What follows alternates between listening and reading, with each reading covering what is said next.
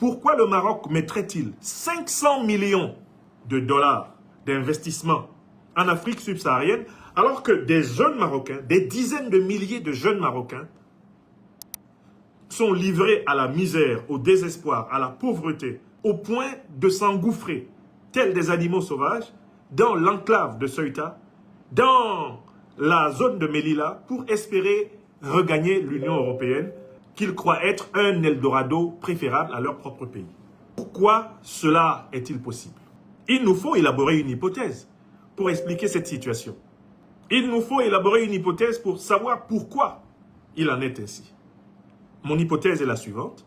Les investissements que le Maroc fait en Afrique subsaharienne sont des investissements de l'élite capitaliste bourgeoise marocaine.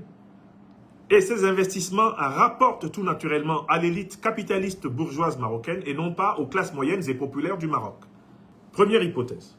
Deuxième hypothèse, je me suis intéressé à l'origine de la plupart des fonds, par exemple, qui sont prêtés par les banques marocaines aux pays africains. Et j'ai découvert qu'une bonne partie des fonds que le Maroc prête en Afrique subsaharienne sont en fait des fonds que le Maroc lui-même emprunte avec un taux d'intérêt moindre au Moyen-Orient, c'est-à-dire en Arabie Saoudite, au Qatar, au Koweït, au Bahreïn.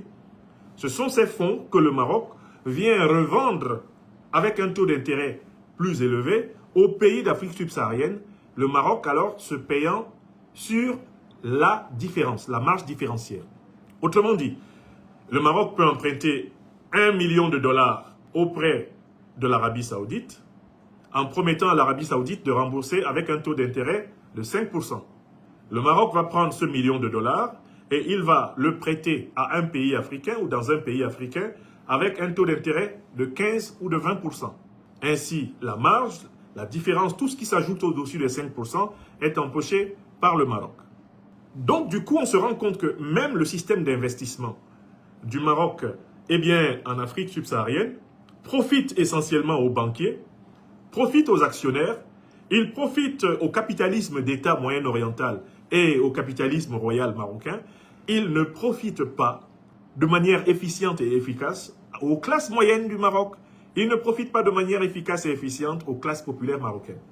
Voilà comment on peut comprendre que le mode de coopération qui a été mis en place par le Maroc avec les pays africains est un mode de coopération capitaliste bourgeois qui est en rupture avec les intérêts des masses populaires marocaines et potentiellement, vous le voyez très bien, des masses populaires africaines. Ceci nous permet de tirer une sonnette d'alarme auprès de nos dirigeants dans toute l'Afrique subsaharienne pour appeler les autorités marocaines à entrer plutôt dans un modèle de co-développement qui vise prioritairement les plus vulnérables qui concernent les classes populaires.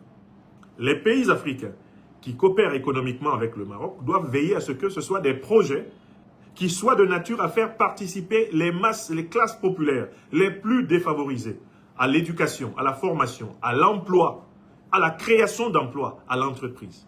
Nous devons absolument limiter les projets qui ont pour but simplement la spéculation financière permettant d'enrichir exclusivement la classe capitaliste bourgeoise marocaine, la classe capitaliste bourgeoise du Moyen-Orient et d'appauvrir les masses populaires marocaines comme on appauvrit tout naturellement les masses populaires africaines.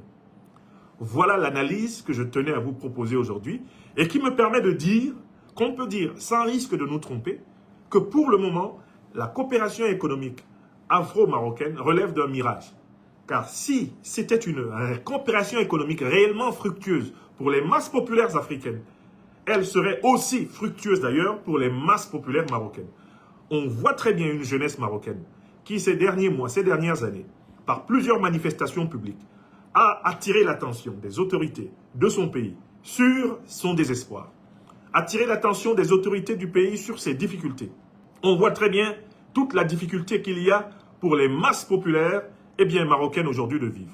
Si les jeunes Marocains ont perdu espoir au Maroc, si les jeunes Marocains, par dizaines de milliers, se précipitent en Europe, cela veut dire que la politique économique du Maroc, au Maroc, tout comme la politique économique du Maroc en Afrique subsaharienne, n'est pas une politique économique qui sert suffisamment, qui sert véritablement les intérêts de l'écrasante masse des peuples.